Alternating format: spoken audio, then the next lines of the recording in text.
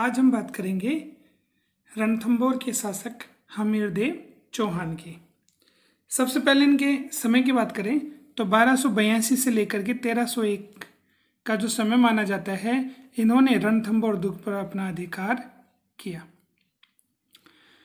जन्म की बात करें तो 1272 ईस्वी में इनका जन्म हुआ। कहाँ पर हुआ था? रणथंभौर दुर्ग में। चौहान वंश से ये संबंधित थे। इनके पिता का नाम था जेत्र सिंह या जय सिंह। इनके पिता ने अपने समय में ही अपने सबसे छोटे पुत्र हमीरदेव का राज्यारोहण किया। कब किया? 1282 ईस्वी में। तो देख लो, 72 में जन्म हुआ, मात्र 10 वर्ष की उम्र में इनका राज्यारोहण कर दिया गया इनके पिता के माध्यम से। सिंहासन पर जब ये विराजमान हुए, सिंहासन जब इन्होंने प्राप्त किया, तो सबसे पहला इनका उद्देश्य हो गया कौन सी नीति अपनाना? दिग्विजय की नीति अपनाना। तो हमीरदेव चौहान चाहते थे कि आसपास के जो राज्य हैं उन राज्यों पर क्या किया जाए? आक्रमण करके अपने राज्य की शक्ति को बढ़ाया जाए। ये दिग्विजय की उनकी क्या थी? नीति थी। इसके लिए उन्होंने सर्वप्रथम भीमरस के राजा, तो एक क्षेत्र का नाम आता है भीमरस, वहाँ का राजा था कौन? अर्जुन। उसको क्या किया? इन्होंने पराजित किया। उनको हराने के बाद में इन्होंने वहाँ से कर लेना प्रारंभ कर दिया, मांडलगढ़ से। ऐसे हम बात करते हैं दक्षिण का जो शासक था, परमार शासक था, जिसका नाम था भोज। उसको भी इन्होंने क्या किया? पराजित किया। तो इस प्रकार से दिग्विजय की नीति अपना करके इन्होंने अपने साम्राज्य का क्या किया? विस्तार किया। और उसके बाद में ये रणथंभौर पहुंचे, तो जीत के उपलक्ष्य में इन्होंने एक यज्ञ किया, जिसे क्या कहा गया? कोटिय जन यज्ञ। तो बड़ा अच्छा क्वेश्चन बनता है कि दिग्विजय की नीति अपना करके हमीरदेव चौहान ने कौन सा यज्ञ किया? तो कोटिय जन यज्ञ किया। अब इसका पुरोहित कौन था? इस यज्ञ को करवाने वाला कौन था? तो पुरोहित था विश्वरूप। तो इस प्रकार से शासक बनने के बाद में उन्होंने कोटिय जन यज्ञ किया और अपने साम्राज्य का क्या किया? विस्तार किया। अब बात करते हैं हमीरदेव चौहान के बारे में कि हमीरदेव ने अपने जीवन काल में 17 युद्ध लड़े और जिनमें से 16 युद्धों में वो विजयी रहे। तो 16 युद्ध उन्होंने जीते। 17वां जो युद्ध था अलाउद्दीन खिलजी के साथ में, उसमें वो लड़ते हुए वीरगति को प्राप्त हुए। तो अंतिम युद्ध में ये मारे गए। बाकी लगातार इन्होंने 16 युद्धों में विजय प्राप्त की। अब बात करते हैं हमीरदेव चौहान और जलालुद्दीन खिलजी।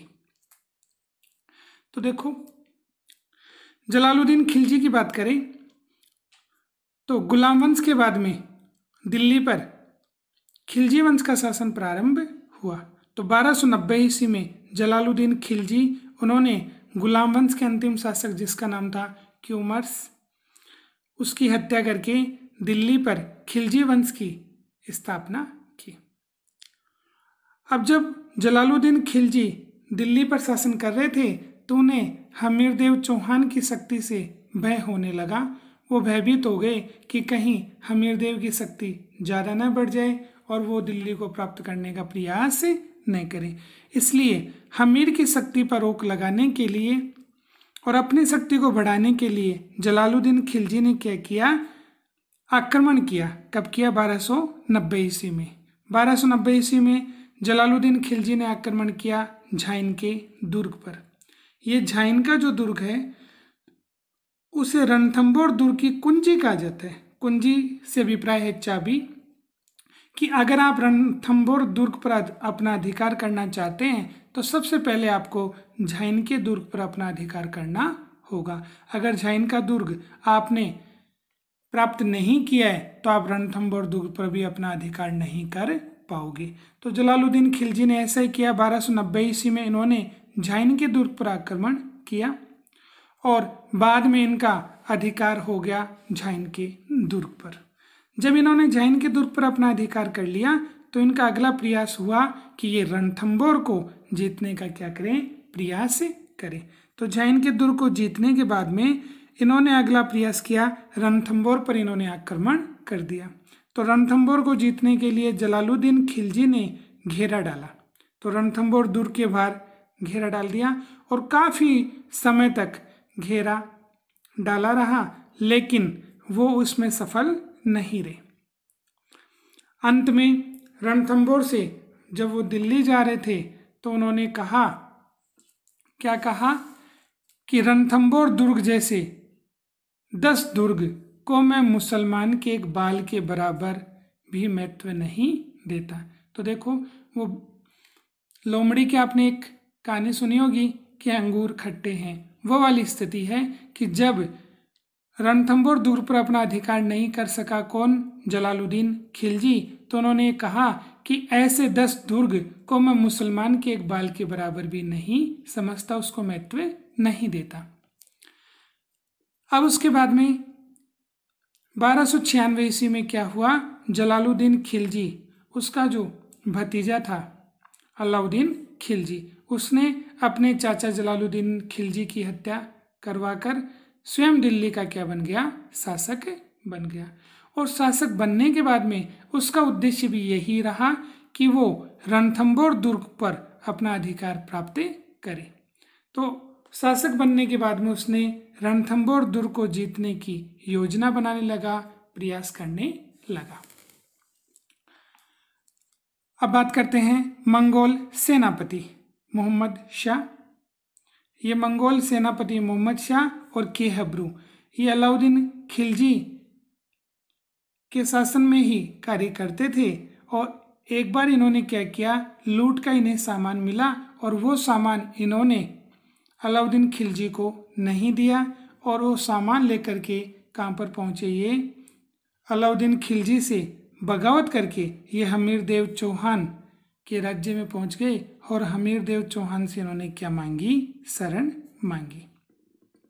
अब उस समय हमीर देव चौहान ही शक्तिशाली थे, इसलिए ये हमीर देव चौहान के पास चले गए शरणागत के रूप में। और हमीर देव चौहान ने इन्हें अपने राज्य में आया देखकर इन्हें क्या दे दी, शरण प्रदान कर दी कि जो एक बार मेरी शरण में आ गया और मैंने जिसे अभय दान दे दिया तो उसके बाद में उसके प्राणों की रक्षा करना मेरा धर्म है। तो हमीर ने इन्हें शरण दे दी।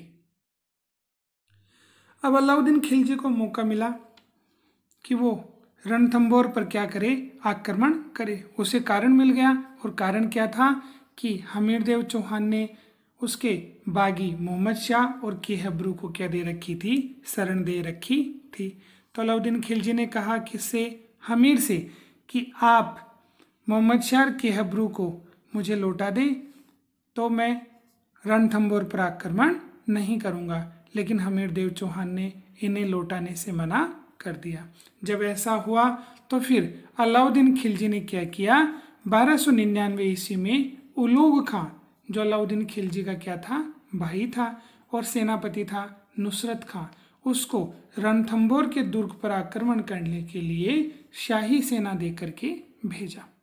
तो 1299 ईस्वी में आक्रमण किया गया उलूग खां और नुसरत खां के माध्यम से, किस पर, रणथंभौर पर अधिकार करने के लिए। रणथंभौर पर अधिकार करने के लिए पहली आवश्यकता वही थी कि सबसे पहले कौन से किले पर अधिकार किया जाए, तो जाहिन का जो दुर्ग था उस पर क्या किया जाए, अपना अधिकार किया जाए। तो इसके लिए जाहिन के दुर्ग पर इन्होंने आक्रमण किया। जाहिन के दुर्ग को रणथंभौर दुर्ग की कुंजी कहा जाता है। हमने इसकी बात कर ली थी कि अगर आपको रणथंभौर दुर्ग पर अधिकार करना है तो आपको सबसे पहले कौन से किले को जीतना पड़ेगा, तो झाई या जाहिन के दुर्ग को जीतना पड़ेगा। तो 1299 ईस्वी में उलूग खां और नुसरत खां ने यहाँ आक्रमण किया। अब देखो, एक तरफ तो कौन था, उलूग खां और नुसरत खां, और दूसरी तरफ हम बात करें, उस समय मौन व्रत धारण कर रखा था किसने, हमीर देव चौहान ने। तो उन्होंने भीम सिंह और धर्म सिंह, इन 2 व्यक्तियों को भेजा इनसे मुकाबला करने के लिए। अब दोनों के मध्य में संघर्ष चला और भीम सिंह और धर्म सिंह ने वीरतापूर्वक उनसे युद्ध लड़ा और ऐसा हुआ कि अंत में ये हार गए और भीम सिंह और धर्म सिंह इस संघर्ष में क्या हो गए, जीत गए। तो संघर्ष में जीतने के बाद में वो इनसे लूट का सामान लेकर के किसकी ओर बढ़ने लगे, ये बढ़ने लगे रणथंभौर की ओर। तो जीत करके रणथंभौर दुर्ग की ओर जा रहे थे, और जब ये पहुंचने वाले थे दोनों, भीम सिंह और धर्म सिंह, कहाँ पहुंचने वाले थे, रणथंभौर।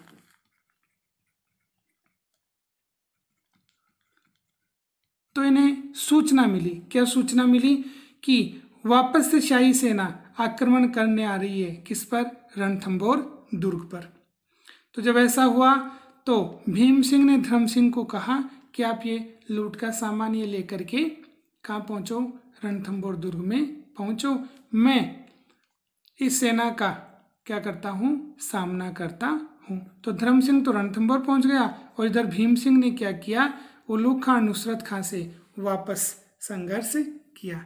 और इस बार क्या हुआ, इस बार ये शाही सेना जीत गई और भीम सिंह इनसे युद्ध लड़ते हुए मारा गया। इधर भीम सिंह की मृत्यु हो गई, धर्म सिंह पहुंचा रणथंभौर। हमीरदेव चौहान को लगा कि इसने पैसे के लालच में गद्दारी की है, और उसके कारण रणथंभौर दुर्ग में पहुंचने के बाद में धर्म सिंह को अंधा कर दिया, किसने, हमीरदेव चौहान ने। और ये बात धर्म सिंह को अच्छी नहीं लगी, और धर्म सिंह विद्रोही बन गया, किसका, हमीरदेव चौहान का। तो पहले प्रयास में तो भीम सिंह धर्म सिंह दोनों जीत गए थे, रणथंभौर की तरफ जा रहे थे, और दूसरे प्रयास में उलूग खां और नुसरत खां ने जब वापस से आक्रमण किया तो भीम सिंह ने उनसे युद्ध लड़ा, और भीम सिंह इस युद्ध में लड़ते हुए मारे गए। इस प्रकार से जाइन के दुर्ग पर अधिकार किसका हो गया, शाही सेना का अधिकार हो गया। तो पहला पड़ाव तो इनका सफल रहा, पहला प्रयास इनका सफल रहा। अब इनका दूसरा प्रयास आता है रणथंभौर के दुर्ग पर अधिकार करना। इसके लिए इन्होंने रणथंभौर पर क्या किया, आक्रमण किया। अब रणथंभौर पर आक्रमण करने के लिए उलूग खां और नुसरत खां, इन दोनों को शाही सेना दे करके किसने भेजा, हमीरदेव चौहान के विरुद्ध अलाउद्दीन खिलजी ने भेजा। तो उलूग खां और नुसरत खां, अब देखो यहाँ पर जब ये जीत गए थे उलूग खां और नुसरत खां, तो इन्होंने रणथंभौर पर फिर अधिकार करने का प्रयास नहीं किया, वापस लौट गए कहाँ पर, दिल्ली। तो जाइन के किले पर अधिकार करके वापस दिल्ली लौट गए, और फिर वापस आते हैं उलूग खां और नुसरत खां। अब जब नुसरत खां रणथंभौर दुर्ग के बाहर पड़ाव डाल करके दुर्ग की जो दीवार थी उसको तोड़ने का प्रयास कर रहा था, तो एक बारूद का गोला आकर के उसे लगा, और उससे उसके क्या हो गई, मृत्यु हो गई। नुसरत खां की जब मृत्यु हुई तो शाही सेना डर करके भागने लगी। तो उलूग खां ने अपने भाई अलाउद्दीन खिलजी को ये समाचार भेजा कि आप विशाल सेना लेकर के रणथंभौर दुर्ग की ओर सेना को भेजो। तो विशाल सेना की मांग की किसने, उलूग खां ने, रणथंभौर दुर्ग को जीतने के लिए। लेकिन समय की परिस्थिति को समझ करके स्वयं अलाउद्दीन खिलजी शाही सेना लेकर के कहाँ पर पहुंचा, रणथंभौर पहुंचा। और रणथंभौर जब अलाउद्दीन खिलजी पहुंचा तो उसने पड़ाव डाल लिया, और लगभग 1 साल तक वो पड़ाव डाल कर के रहा। काफी लंबे समय तक जब अलाउद्दीन खिलजी घेरा डाल करके रणथंभौर दुर्ग के बाहर रहा, लेकिन उसे किसी प्रकार की कोई आशा दिखाई नहीं दे रही थी कि किस प्रकार से रणथंभौर दुर्ग पर अपना अधिकार किया जाए। उधर दिल्ली जो था, जहाँ पर अलाउद्दीन ने अपना साम्राज्य स्थापित कर रखा था, दिल्ली पर अपना अधिकार कर रखा था, इधर अवध में विद्रोह हो गए। तो दिल्ली और अवध में विद्रोह की सूचना अलाउद्दीन खिलजी को मिली, तो उसे बड़ा डर लगने लगा कि कहीं इन दोनों के मध्य में संघर्ष होकर के कहीं दिल्ली पर वापस से अधिकार न हो जाए। तो इसलिए अलाउद्दीन खिलजी चाहता था कि जल्दी से जल्दी रणथंभौर दुर्ग पर अपना अधिकार कर लिया जाए। तो इसने छल कपट का सहारा लिया और एक संधि करने का प्रयास किया, किससे, हमीरदेव चौहान से। तो हमीरदेव चौहान ने संधि के लिए अपने 2 व्यक्तियों को भेजा, एक का नाम था रणमल और दूसरे का नाम था रतिपाल। तो रणमल और रतिपाल दोनों को संधि के बहाने कहाँ भेजा गया? अलाउद्दीन खिलजी से मिलने के लिए भेजा गया। इधर अलाउद्दीन खिलजी ने दोनों को लालच दिया। क्या लालच दिया?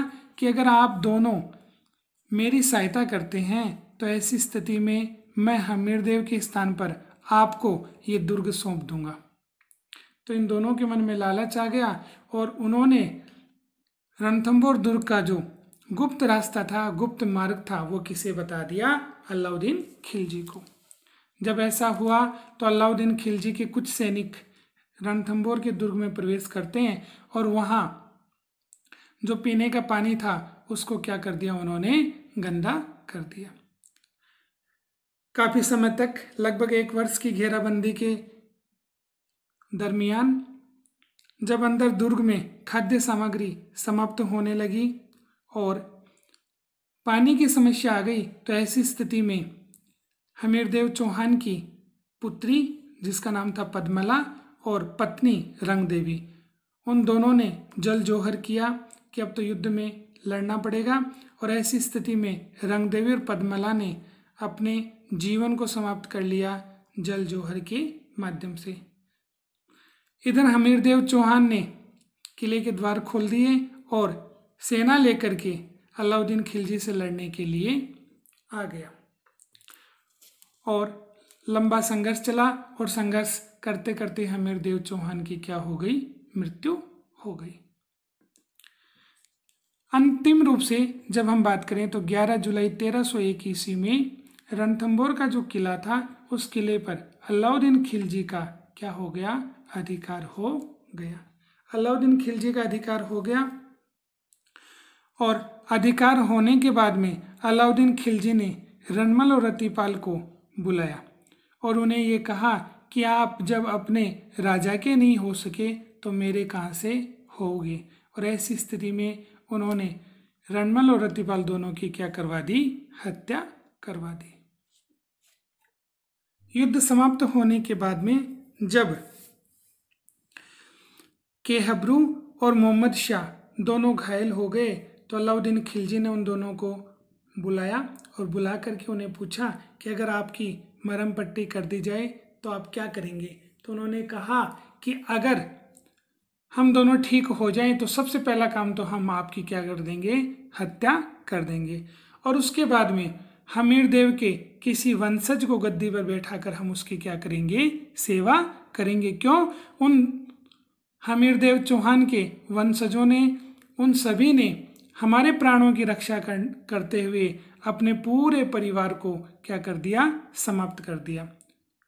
तो इसलिए जब ऐसा अलाउद्दीन खिलजी ने सुना तो मोहम्मद शाह और केहबरू दोनों की उन्होंने क्या करवा दी? हत्या करवा दी। अब बात करते हैं हम न्याय की छतरी। तो न्याय की छतरी क्या है कि हमीरदेव चौहान ने क्या किया? अपने पिता, तो पिता का नाम जय सिंह या जत्र सिंह, तो अपने पिता जय सिंह के 32 वर्षों के शासन को यादगार बनाने के लिए रणथंभौर के दुर्ग में 32 खंभों की क्या बनाई? छतरी बनाई, जिसे न्याय की छतरी कहा जाता है। दूसरे में बात कर लें पद्मला तालाब। तो हमीरदेव चौहान की पुत्री का नाम था पद्मला, उनके नाम पर इन्होंने रणथंभौर दुर्ग में एक तालाब बनवाया जिसका नाम था पद्मला तालाब। अब बात करते हैं कि हमीर की मृत्यु के साथ ही रणथंभौर दुर्ग में जो चौहान वंश स्थापित था वो पूरी तरह से क्या हो गया? समाप्त हो गया।